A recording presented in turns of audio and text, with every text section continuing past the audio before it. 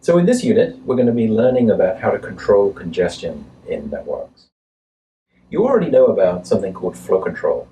Flow control is when we try to prevent a sender from overwhelming a receiver by the receiver telling the sender to slow down. Congestion control is essentially extending that notion to the network as a whole. You can imagine that if senders were to send too many packets into the network, they're going to overwhelm the network. The buffers in the routers are going to fill up, the links are going to overflow, and we're going to start dropping packets. Clearly not a very good thing to happen. So congestion control is about preventing the senders from overwhelming the network. So that leads us naturally to ask, how do we do it? What do we want from a congestion control mechanism? First, clearly, it needs to prevent the overwhelming from happening. And the second thing is we generally want it to spread the pain evenly. We want to make sure that all of the flows that are being controlled in a fair and equal way. So one of the big questions that comes up is we want to control congestion. But how should we do it? Where should we do it? Should we do it at the edge? Should we do it within the network?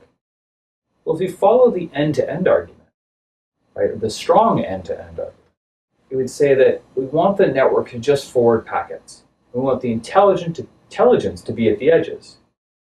And so that's actually in practice often what's done today.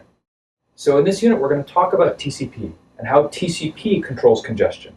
It turns out it's one of its most important features, that a TCP sender and TCP receiver, or particularly a sender, can control how many packets it puts into a network to make sure that it doesn't overwhelm the network. It controls the congestion.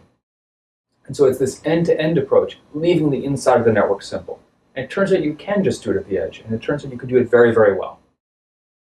So TCP congestion control chose to use a particular algorithm called additive increase multiplicative decrease, or AIMD.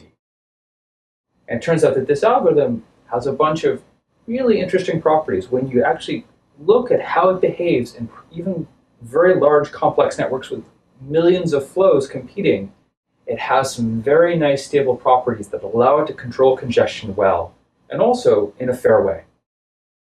Turns out that it's such an important idea. By many, it's considered one of the crown jewels of networking. It's one of the most important intellectual ideas to have found its way into the network. It's in TCP. It's been in TCP now for about 25 years. And so it's a very significant part of controlling congestion in the internet. So in this unit, you're going to be learning about what congestion control is, the kinds of properties that we would like from a congestion control algorithm, what the specific congestion control mechanisms are that are used in TCP, the AIMD that Phil just mentioned. And you're going to be learning a lot of details about how that works, how it's implemented in practice, how it works in different scenarios, what happens when you have one flow, what happens when you have many flows. And you're going to be learning a lot about not only what TCP is today, but it's going to give you a lot of insight into what TCP congestion control might become in the future.